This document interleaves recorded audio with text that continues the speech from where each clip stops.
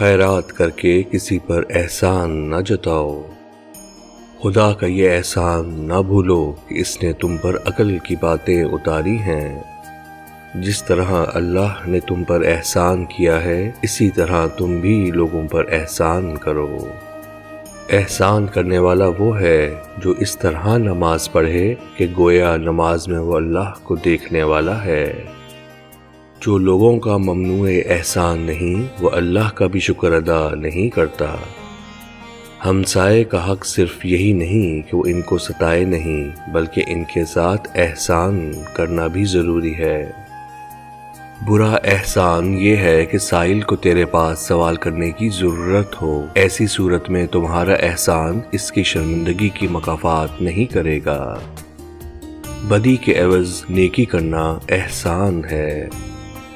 سخاوت کے ساتھ احسان رکھنا نہایت کمینگی ہے۔ اگر تم کسی کے ساتھ احسان کرو تو اسے ظاہر مت کرو، اور جب تمہارے ساتھ کوئی احسان کرے تو اسے مت چھپاؤ۔ جو شخص کسی کے احسان کا شکر گزار نہیں ہے وہ آئندہ ضرور اس سے محروم ہو جاتا ہے۔ احسان کی خوبی اس کے نہ جتلانے پر منحصر ہے۔ احسان یہ ہے کہ تو دوست کا احسان مند ہو اگر اس نے تجھ سے کچھ لیا ہے، کیونکہ اگر وہ نہ لیتا تو تجھے ثواب نہ ہوتا۔